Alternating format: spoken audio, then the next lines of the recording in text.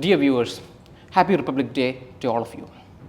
I am here at the Indian Consulate in Dubai, and with me is the Consul General Mr. Satish Kumar Shivan. Welcome, sir. Sir, this consulate holds the distinction of being the largest among the Indian consulates across the world. So, what makes this the largest? First of all, thank you, Vinod. Let me take this opportunity to wish all the Indian nationals present in UAE and across the world a very happy 75th Republic Day. This is an important milestone in our country's journey. With that wishes, I would get into your question. UAE plays host to almost 3.5 million Indian nationals, out of which in my estimate about 2.8 million reside in Dubai and the Northern Emirates. And the significant aspect of this diaspora is that they are all Indian passport holders. They are Indian nationals.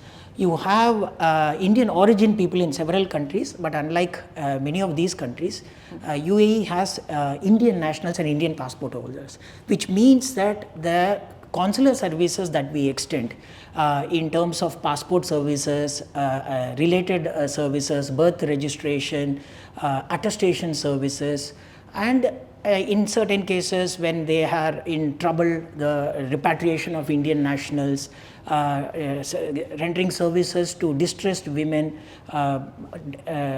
repatriation of mortal remains of those people who unfortunately have lost their lives here. All these services put together make it the largest Indian consulate in the whole world. Of course, sir. So, you have mentioned two things like consular services and repatriation of mortal remains.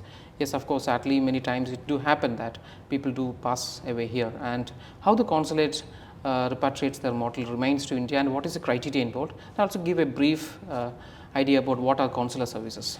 Okay. Let me make this point fundamentally very clear to my viewers. The consulate attaches the highest importance to the welfare of Indian citizens living here. When we say that we just don't become a service provider in terms of issuing passports or issuing consular services, when people are in need, the consulate will respond to their requirement irrespective of what their condition is. Now, in many cases, people do not have documents when they are end up in trouble. People who are laborers come for a better life, better living, but they end up overstaying for whatever reasons.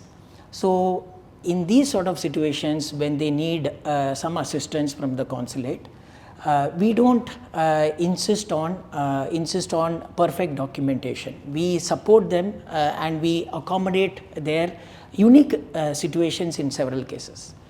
Having said that, there are certain guidelines which have been created by Government of India to assist Indian nationals, which we call the ICWF guidelines. ICWF means Indian Community Welfare Fund.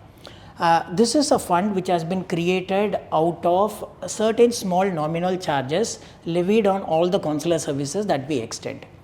But the onus of ensuring that deserving cases get the assistance, there are certain guidelines that have been created. So, it is the duty of the consulate to support the Indian nationals, if need be support them with financial assistance from the ICWF, but also ensure that the deserving cases are being supported. Having said that, how do you identify what are the deserving cases? So, there are certain conditions that are put up. So, what we call means tested basis, whether the person who is seeking support from ICWF really has the means or not to support themselves in terms of repatriation, going back, some subsistence allowance here, pay the penalty when they are overstaying here. If they have lost their passport, can they get an emergency certificate? So, all these assistance can be given out of ICWF fund, but it is on a means tested basis. So, the consulate understands the unique nature of individual cases, but what we try and see is that whether there is a reasonable establishment of their financial status. So, we say that you please give us the bank statements, and we also say that some government entity back in India which can attest that this is the financial condition of the family. If these two are in a reasonable way established, we also see the condition of the person. We interact with the persons when they come to us. So we take a holistic view of all these factors and we take the decision. So if I have to answer you in a single way, it is on a means tested basis. And what we can understand is this is the most important and functional imperative of any consular service, repatriation of mortal remains. As you mentioned initially, the diaspora in UAE is close to 4 million, and we have 7 Emirates here, and it's India's 75th Republic Day. So how the mission is celebrating across the Emirates? It is a unique moment in our history, and also it is a unique moment in our bilateral relationship. Today, India-UAE relationship is at a point where we are literally, I would say, if I have to say, at a takeoff stage. In the last 10 years, for example, the two leaders, the leadership of the two countries have met over maybe 7 times. But just in the last 6 months, if I can say, the two leaders have met 4 times. 4 times, yeah. Yeah. Honorable Prime Minister had visited here twice, in July last year and in December last year. And His Highness Sheikh Mohammed bin Zayed Al Nahyan, he had visited India for the G20 summit and most recently for the Vibrant Gujarat Summit. So you have to contrast this with the situation which existed in the past. Between 1981 and 2005, we literally didn't have any high-level visit which happened between the two countries. So what does that mean for the relationship? So the engagements, not just at a political level, at a commercial level, at a cultural level, at a people-to-people level, is of a very different nature than what we saw over the last, I would say, 30 years, 3 or 50 years since the bilateral relationship was formed. So in consulate, we are having a opportunity to take the relationship to a new level in terms of our commercial engagements, ensuring that the trade engagements between the two countries grows in tune with this political engagement that we have. We had the CIPA that was signed in 2022.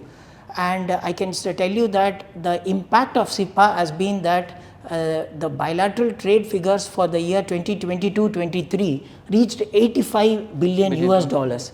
And this is almost a 16% increase from the previous year. And we are set to, we have a target of 100 billion US dollars of non-oil trade set to be achieved by 2030. But the way the relationship is growing, I'm of the strong belief that we will achieve this number much earlier than that. Surely, sir. This last 10 years has been surely transformative, and we say that this is the golden phase of the relationship between these two countries. Coming back to the original question, sir, how we are going to celebrate the 75th Republic Day across the Emirates? We have as is the practice anywhere in the world, we will be having a flag hoisting ceremony which happens in the consulate. We will be holding a reception in the evening where we will we have invited distinguished Emirati nationals, diplomatic corps, and eminent Indians who have been an integral part of this journey between India and UAE. We also have our officers who will be going to all the Emirates and be part of the celebrations along with the Indian community in all the 6 Emirates other than Dubai. This apart, I will also be going to Indian high school.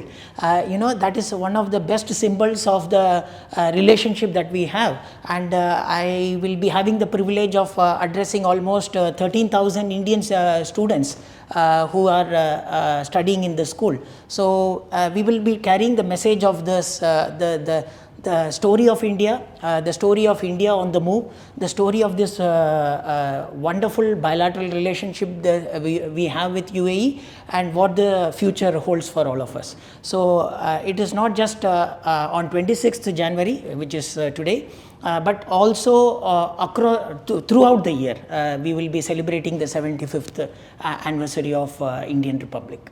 As you said, the relationship between India and UAE is going to take off, and thank you for your time. Thank you.